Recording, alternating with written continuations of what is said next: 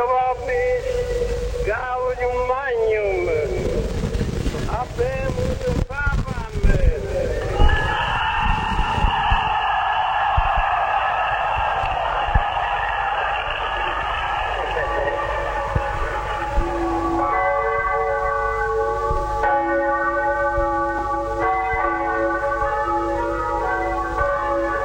Il y a 2000 ans, tous les chemins déjà menaient à Rome, et pas un clocher n'apparaissait à l'œil du voyageur.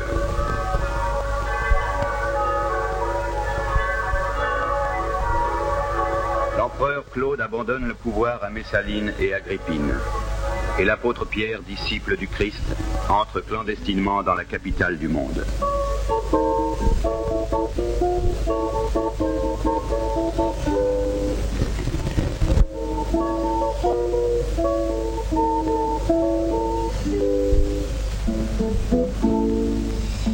Il ne découvre qu'idoles et effigies païennes à la place de ces madones que l'on voit partout de nos jours.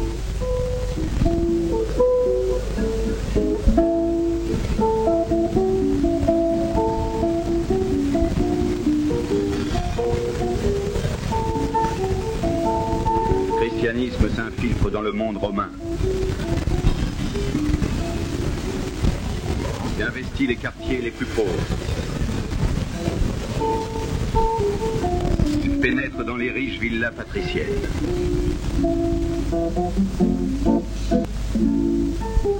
Les chrétiens sont martyrisés au centre des arènes. La répression, loin d'étouffer leurs convictions, les fait sortir de la clandestinité des catacombes.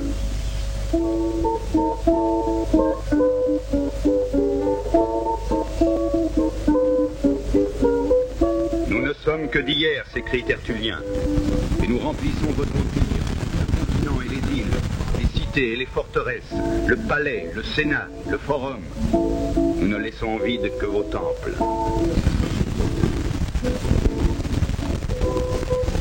En 337, l'empereur Constantin se convertit et se fait baptiser sur son lit de mort.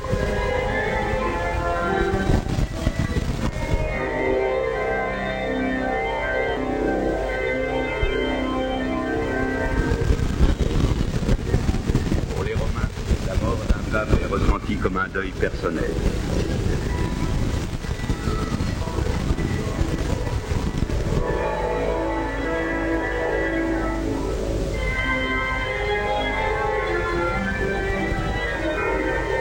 Selon le rituel, le cardinal Camerlingue doit saisir un martelet d'argent et sur le front découvert, frapper une première fois en appelant le pape par son nom de baptême, frapper une deuxième fois en l'appelant encore, puis une troisième fois. Se retournant, il annonce à voix haute: le pape est véritablement mort. Code 12 que portent les Bussolanti est placé dans un triple cercueil de cyprès doublé de satin rouge, forme vernie. Il reposera dans le tombeau qu'il a choisi dans la crypte, sous la coupole de Saint-Pierre.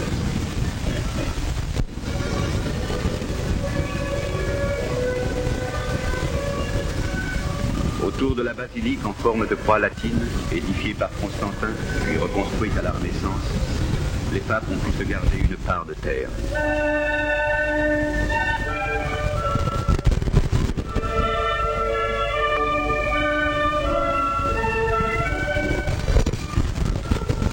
L'État du Vatican constitue une enclave dans la ville de Rome.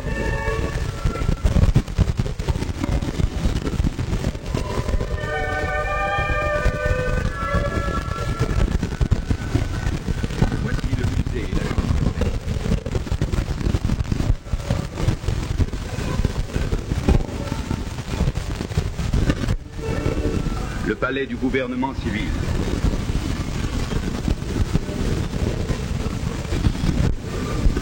La gare construite par Fillon.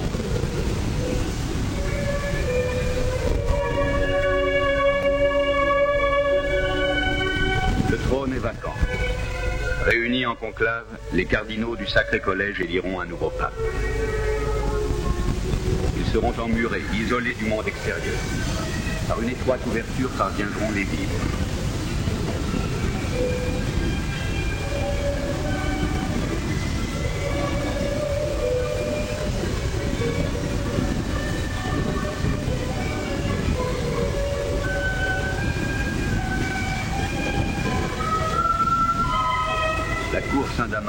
palais pontifical, la chapelle Sixtine forme l'essentiel du domaine du conclave.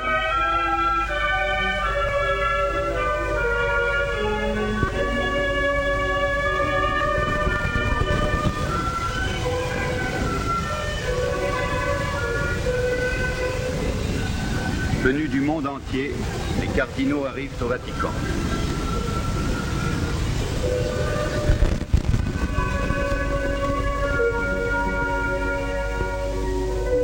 Il y eut des élections difficiles.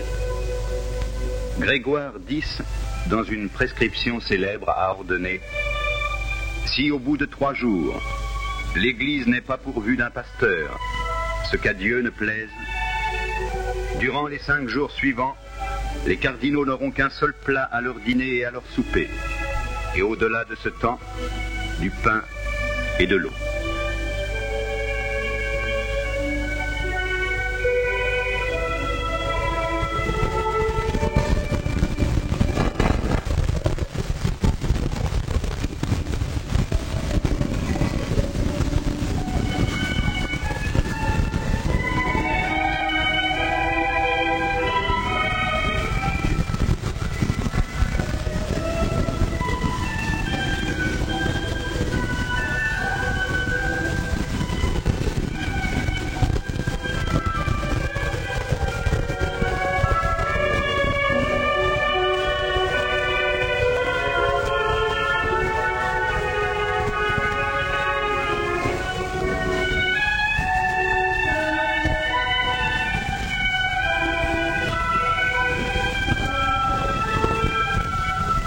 Tombante retentira le cri rituel.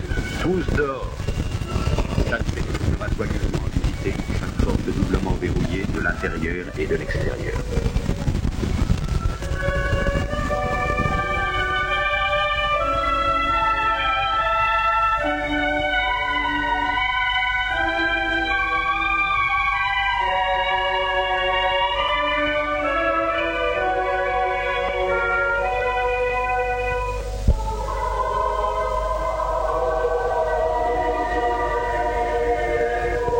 Face au jugement dernier de Michel-Ange, le premier vote aura lieu après la messe.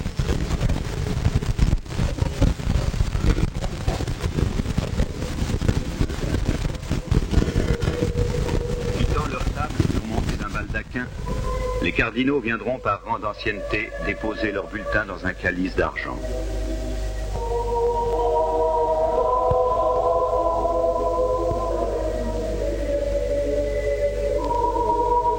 Les votes se succéderont jusqu'à ce que la majorité requise des 2/3 plus 1 voix soit atteinte.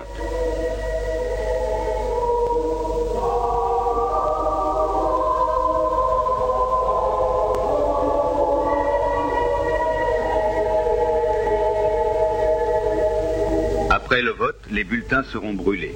La couleur donnée à la fumée annoncera le résultat du scrutin.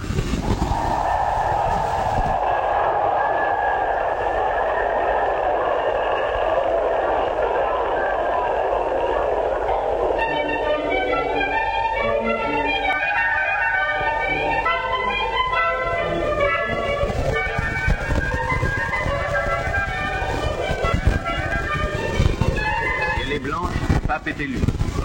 Blanche, noire, souvent indécise, on se perd en conjecture.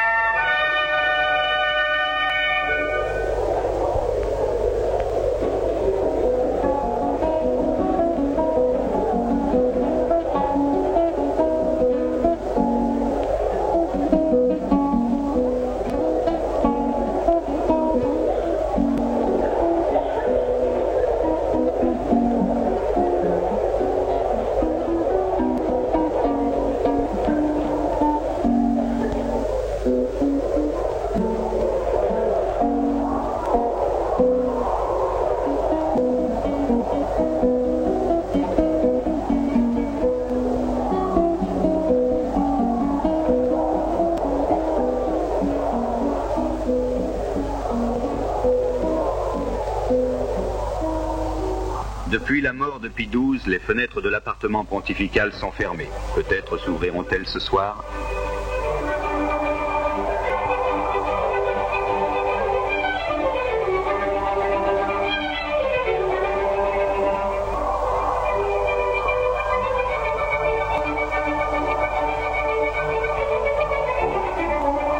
Le Christ désigna lui-même Simon-Pierre comme premier chef de l'Église.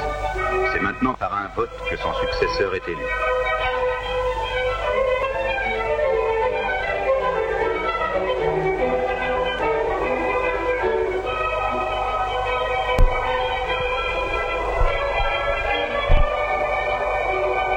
Il y eut des papes italiens, français, allemands, grecs, syriens. De quelle nationalité sera le prochain pape?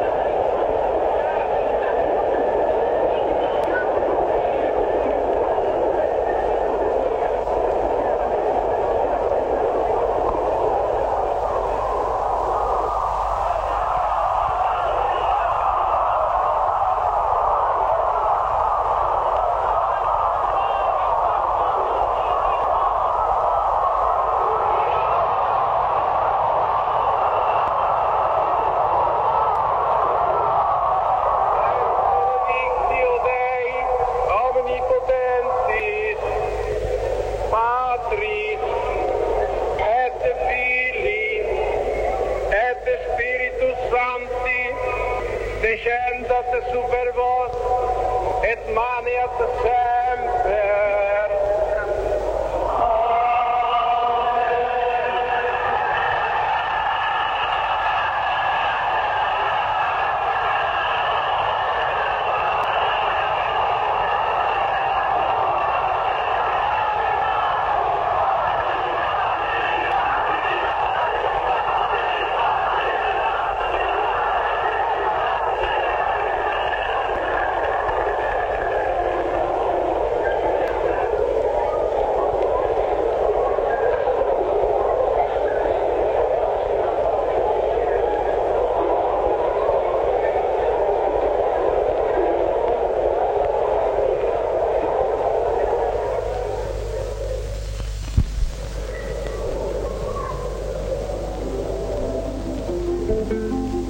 Le lendemain matin, la place Saint-Pierre a repris son visage coutumier.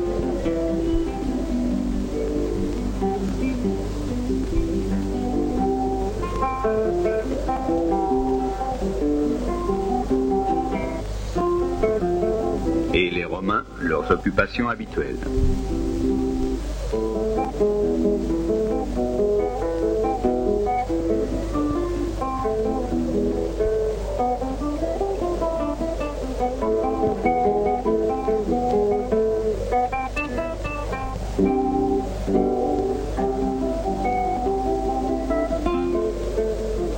La cité du Vatican retrouve ses touristes, ses amoureux, ses chasseurs d'images.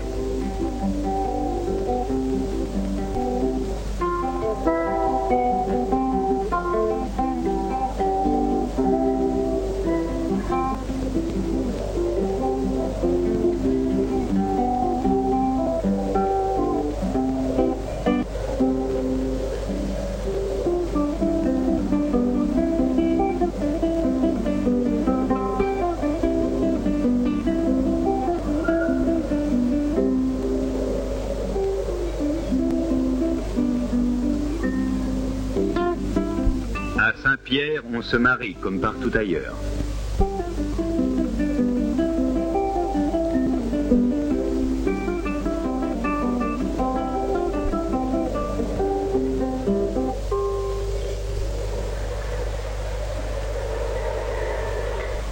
« 4 novembre 1958. Jean XXIII va être couronné.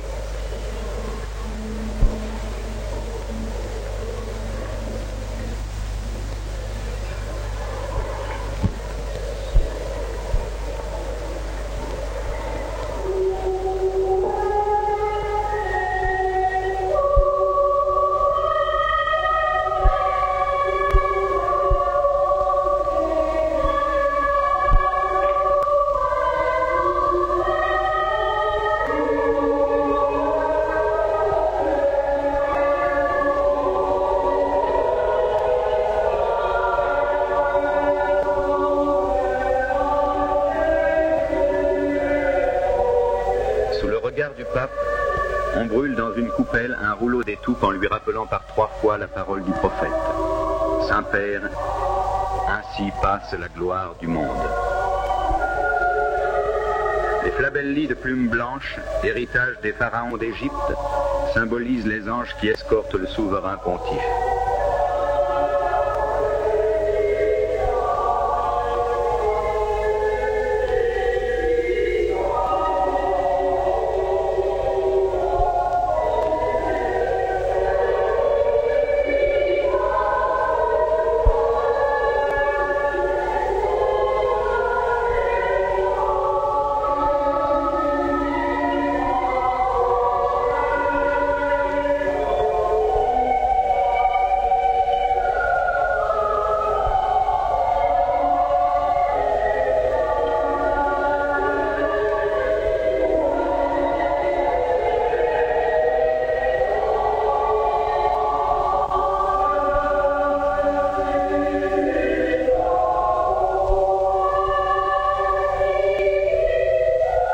Tour à tour, les cardinaux prêtent obédience à celui qu'ils se sont choisis pour guide. Tous les 5 ans, ils reviendront à Rome lui rendre compte de leur mission.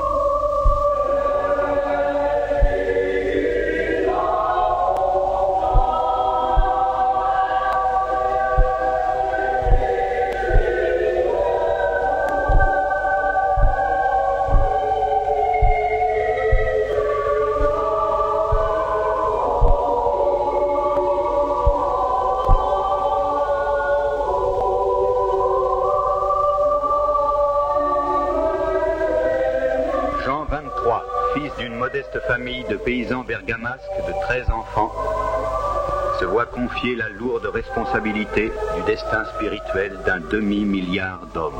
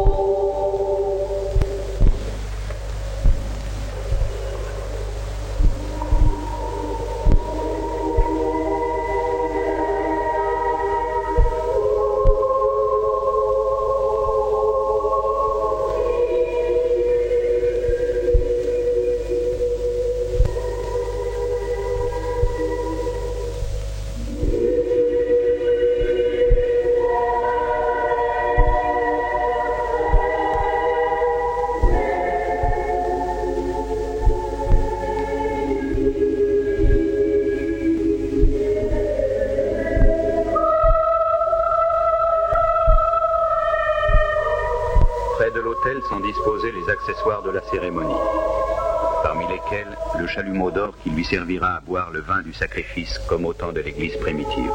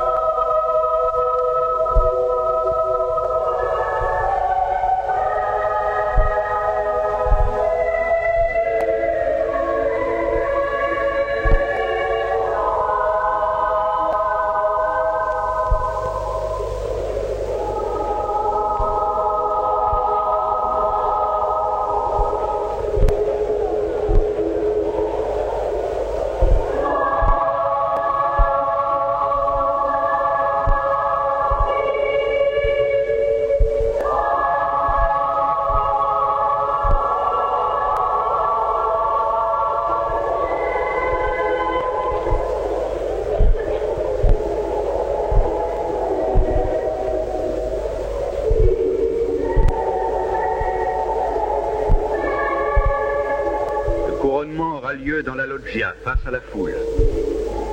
De l'Orient à l'Occident, les regards se tournent vers la tiare aux 3 couronnes que l'on va poser sur la tête de Jean XXIII.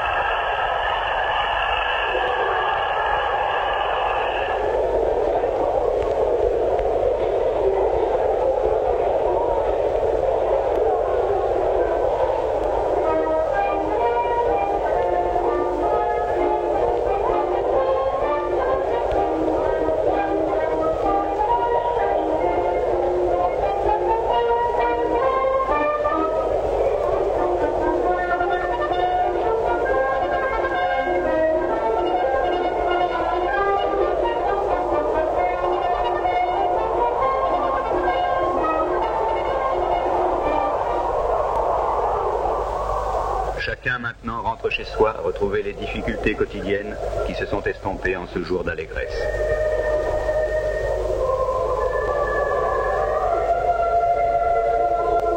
Les clameurs qui ont accueilli cette élection n'expriment-elles pas le besoin de réconfort que cherche l'homme en face des inquiétudes de l'époque nouvelle ?